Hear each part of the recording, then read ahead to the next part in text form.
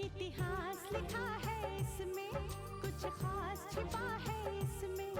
इतिहास लिखा है इसमें, कुछ खास छिपा है इसमें। मर्यादा है, कोई वादा है, विश्वास रखा है इसमें।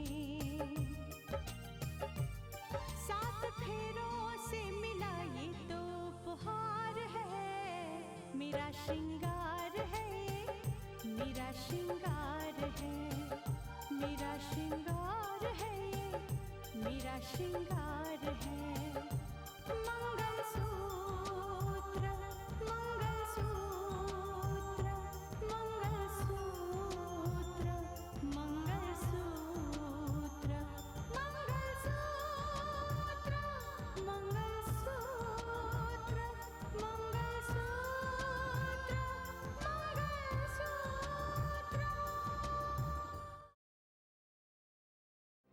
देखो बहू, पूरा शहर मानस को मुजरिम मान रहा है। क्या तुम सारे लोगों की सोच को बदल सकती हो? और लड़ाई चाहे जितनी भी लंबी हो, आपको जब भी मेरी जरूरत पड़ेगी ना, मैं आप ही के साथ खड़ी नजर आऊंगी। शमशेर के बयान पर गुलशन को गिरफ्तार किया गया, तो हम ये कैसे सोच सकते हैं कि हम बचे रहेंगे? बस अब बहुत हो चुका। गुलशन के मिटने का वक्त आ गया है, और उसके साथ साथ वो सारे लोग मिटेंगे जिन लोगों ने इसका साथ दिया है। बोलिए, क्या काम? एक अग्रिम जमानत चाहिए थी। सुनने में आया है कि पुलिस उसे परेशान करने के लिए बेवजह अरेस्ट करना चाहती है। जज साहब, मेरे क्लाइंट के शहर में बड़ी इज्जत है, बड़ा नाम है उनका, शायद आप भी जानते होंगे, गुलशन शाह। क्या बात है जज साहब, आप कुछ सोच रहे हैं? जी हाँ, मैं उनका नाम भी जानता हूं और काम भी जानता हूं।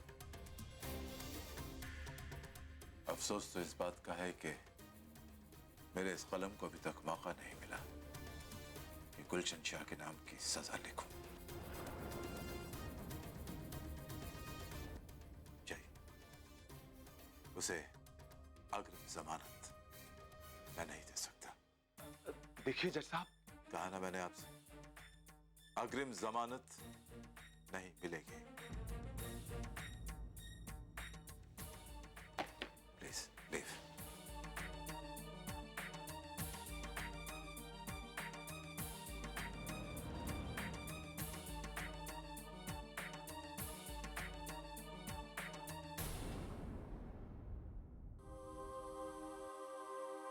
रितिका जितना कोशिश करना चाहे कर, जितना कोशिश करना चाहे कर ले, पर हमने भी एक नया खेल शुरू किया है।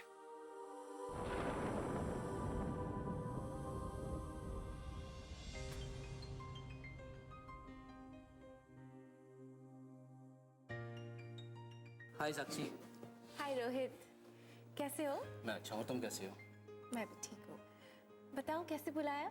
बस तुम्हें देखने के लिए। बहुत दिन हो गए तुम्हें देखा नहीं।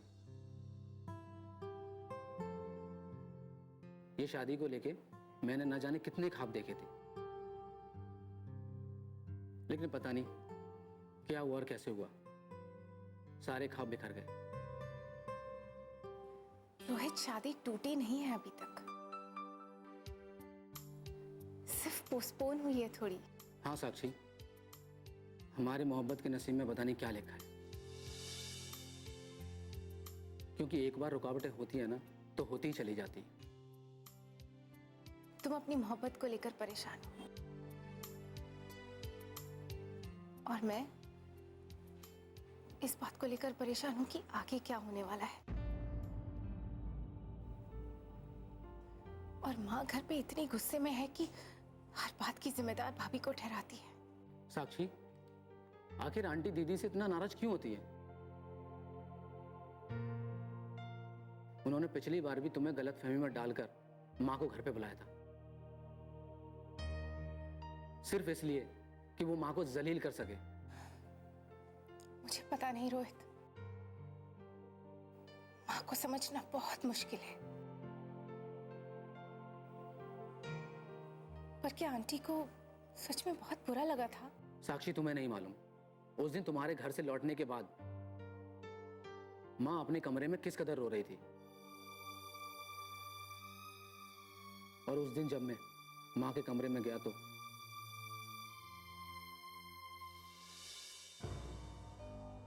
माँ, क्या हुआ माँ? क्यों रो रही हो? चाची बोल रही थी आपकी बात उन्होंने सुनी नहीं।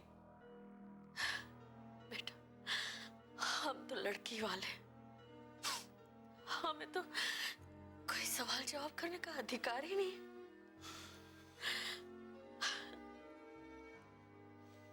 बेटी के प्यार के आगे कितने मजबूर हो जाते हैं माँ।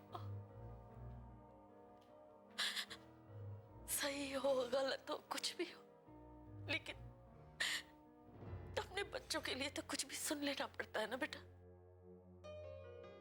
बेटा तुमने जब आकर हमें सब कुछ बताया तो हमसे रहा नहीं गया। माँ का दिल है ना, बस हमने सोचा हम जाकर सुजाता जी से बात करें कि आखिर वो क्यों ऐसा कर रही है।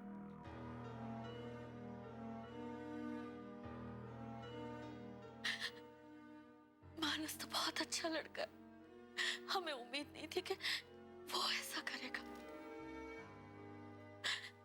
लेकिन जब वहां गए तब सवाल करने की बजाय हम खुद सवाल बन गए।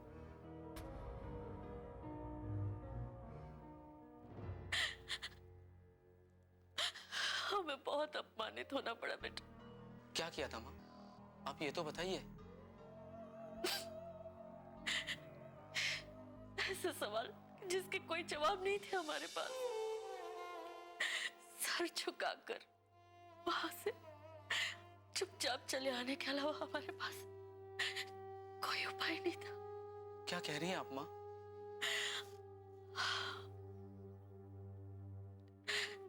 पता नहीं सुजाता जी को हमसे ऐसी क्या दुश्मनी है।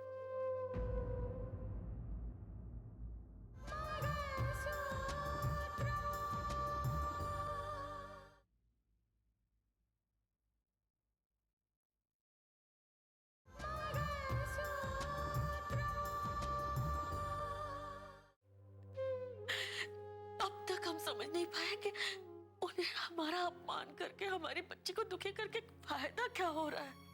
आप कहना क्या चाहती हैं माँ? तुम्हें जानबूझकर ऐसी खबर सुनाएगी ताकि हम वहां पर जाएं, उनसे सवाल करें और उन्हें हमें अपमानित करने का मौका मिल जाए।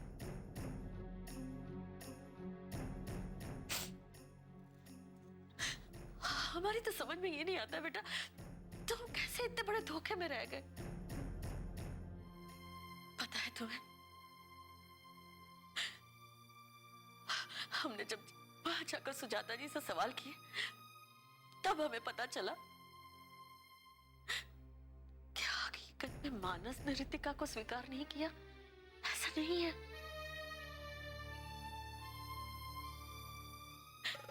बल्कि रितिका ने मानस को पति के रूप में स्वीकार नहीं किया।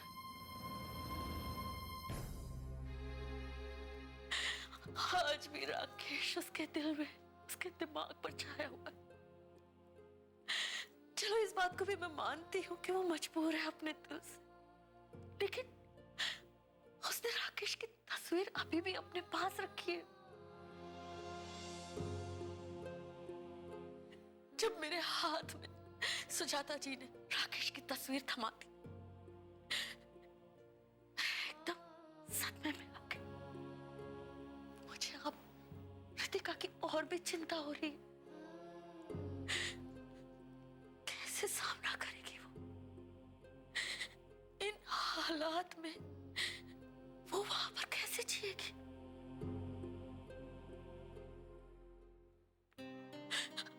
दुख तो इस बात का है कि अब तक जो बात छुपी हुई थी वो सबके सामने आ गई है। अब उसके सामने कई सवाल आकर उठ के खड़े होंगे। कैसे जवाब देगी सबको?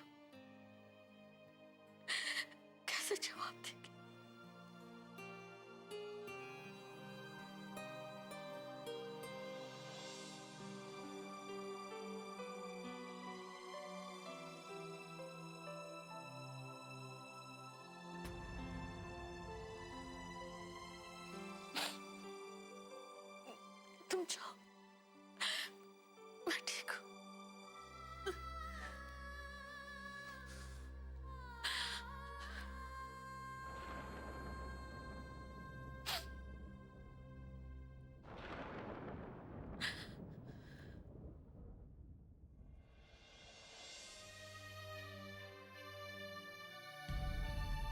मुझे आज भी इस बात का दुख है कि मेरी वजह से आंटी को माँ की इतनी सारी बातें सुननी पड़ी। साक्षी, मैं सिर्फ ये जानना चाहता हूँ कि आंटी को हमारे घर से इतनी नफरत क्यों है? ट्रस्ट मी रोहित, वक्त आने पर ये सवाल मैं खुद माँ से पूछूंगी। लेकिन आज नहीं। आज तो बस घर में सब इसी बात को लेकर परेशान है कि मानस भैया की गिरफ्तारी का वारंट रद्द होगा या नहीं। बस इसी बात को लेकर बहुत परेशानी चल रही है रोहित। हाँ साक्षी, इस बात को लेके सारे लोग परेशान हैं। और पापा तो कुछ ज्यादा ही परेशान है। अगर गुलशन की गिरफ्तारी हो भी गई तो फिर वो जमानत पर छूट सकता है। तुम्हें पता है रोहित, इस लड़ाई में भाभी बिल्कुल अकेली पड़ गई है। उनका साथ देने के लिए कोई नहीं है। और ऐसे वक्त में हमें उनका पूरा साथ देना चाहिए। साक्षी, मैं कुछ भी करने को तैयार हूँ। मैं दीदी और मानस जीजू को बचाने के लिए कुछ भी कर सकता हूँ। तो फिर वादा करो रोहित, इस लड़ाई में हम एक कदम भी पीछे नहीं हटेंगे। मरते दम तक भाभी का साथ देंगे। वादा करो। साक्षी, मैं तुमसे वादा करता हूँ।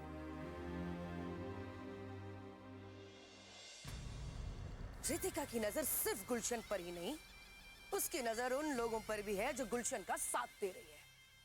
और वो उन लोगों पर भी गहरी तहकीकात कर रही है।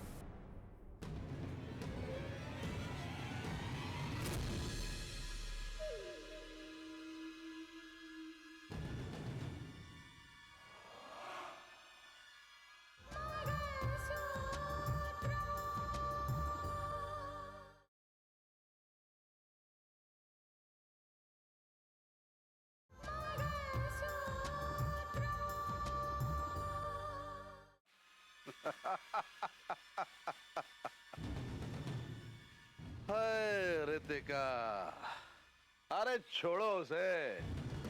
रितिका के चाहने से कुछ नहीं हो सकता। मैंने ऐसी चाल चली है ना कि वो अपने ही जाल में खुद फंस जाएगी। रितिका को मैं अच्छी तरह जानती हूँ। उसे कमजोर समझने की भूल ना करना, क्योंकि ऐसी भूल तुम्हें भारी पड़ सकती है। अरे मर गए सुंदर को मारने वाले और मिट गए मिटाने वाले। वैसे तुम्हारी जानकारी के लिए एक बात बता दूं कि मैंने अपने किसी दुश्मन को कभी कमजोर नहीं समझा है।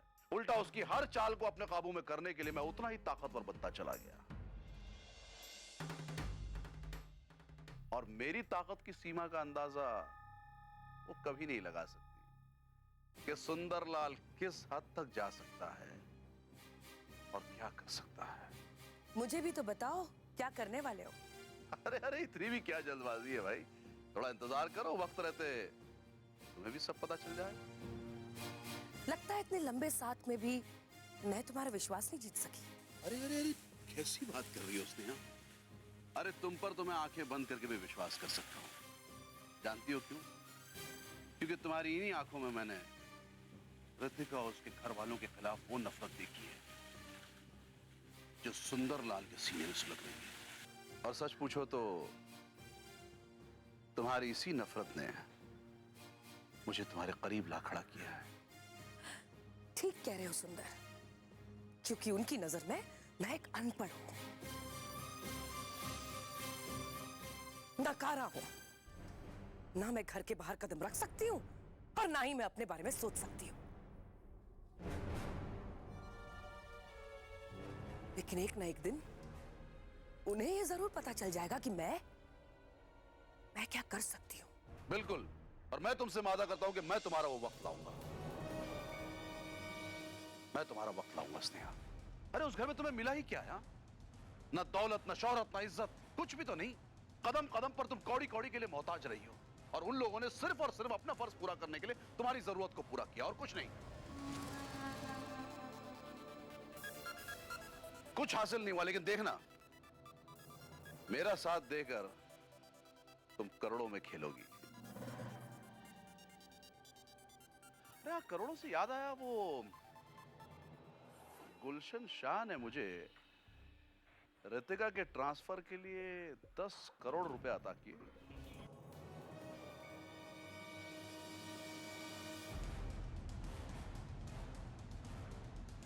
क्या तुम रितिका का ट्रांसफर करवा सकते हो? वेल, इस वक्त तो कुछ कहा नहीं जा सकता, लेकिन हाँ, दौलत में बड़ी ताकत होती है। तुमने गुलशन शाह से इस काम के लिए 10 करोड़ रुपए भी ले लिए? गुलशन शाह ने रितिका के ट्रांसफर के लिए 10 करोड़ तो दिए हैं, और अब खुद को कानून से बचाने के लिए और करोड़ों देगा। तुम आखिर करना क्या चाहते हो? इसका अंदाजा तो कोई नहीं लगा सकता। सुंदर की चाल और उसकी ढाल कोई सोच ही नहीं सकता। वक्त का इंतजार करो बस, धीरे धीरे तुम्हें भी सब पता चल जाए। अरे पता क्या चल जाएगा, सामने सामने नजर आ जाएगा।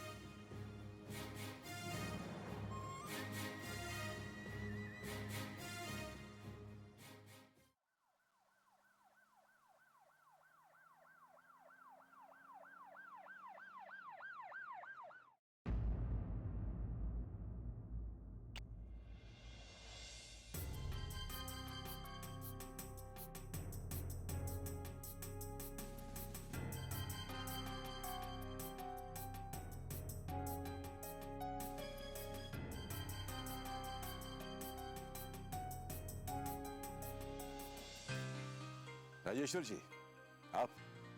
जज साहब, यहां से गुजर रहा था तो सोचा कि आपसे मिलकर कुछ लेटेस्ट डेवलपमेंट्स के बारे में आपको जानकारी दे दूं। मुझे बड़े अफसोस के साथ कहना पड़ा है कि आपकी बेटी ने जो चिंगारी भड़काई है, अब वो एक बेकाबू आग बन गई है।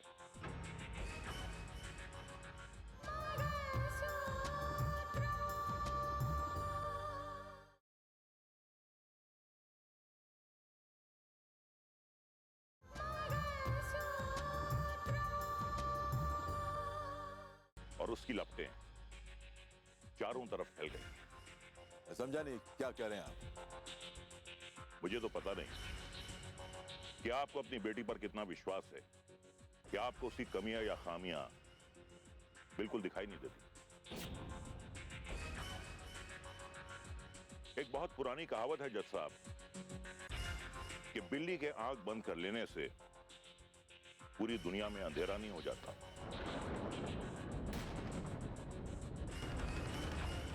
एक कहावत आपने भी सुनी होगी, जो आंखों से अंधा हो उसके लिए अंधेरा क्या और उजाला क्या। शायद आप उस सच्चाई को देख नहीं पा रहे जो मैं देख रहा हूं राजेश्वर जी।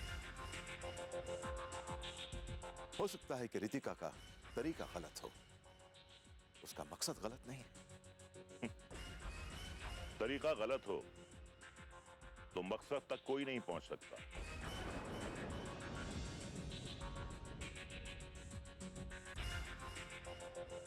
आखिर वही हुआ जिसका अंदेशा था। प्रशासन की भी आंखें सब कुछ देख रही हैं। मुझसे मोहतरमा कलेक्टर साहिबा के बारे में रिपोर्ट मांगी गई है और मुझे तो रिपोर्ट देनी है। आपका अनुभव, आपका तजुर्बा रितिका से ज्यादा है। फिर भी मैं आपसे एक बात जानना चाहता हूं कि गुलशन शाह के बारे में आप क्या सोचते हैं? क्या वो देश, समाज और कानून के लिए कलंक नहीं है?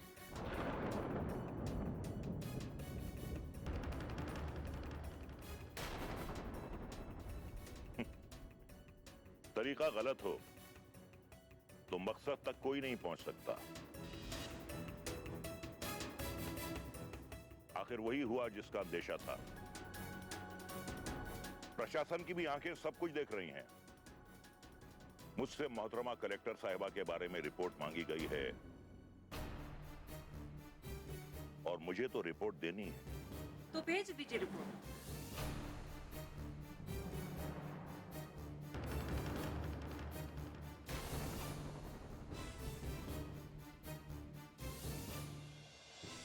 आपको मना किसने किया? मुझे पता था कि ऐसे ही कोई हालात होने वाले हैं, लेकिन मैं आपको बता दूं कि मैं किसी से नहीं डरती हूं।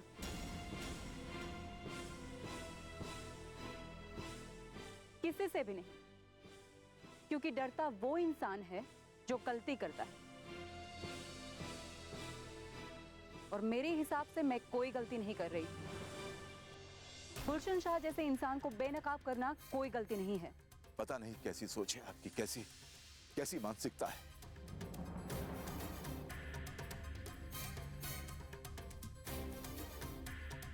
अगर मैं आपकी जगह होता ना, तो मुझे इस बात का गर्व होता कि एक लड़की जो एक जमाने में मेरी बहू थी, आज वो देश के दुश्मनों के सामने जंग लड़ रही है। गर्व होता मुझे इस पर। लेकिन आप हमेशा कोई ना कोई दोष इसमें निकालते रहते हैं। उस टूटे हुए रिश्ते की लाश को तो मैं कब का दफन कर चुका हूं।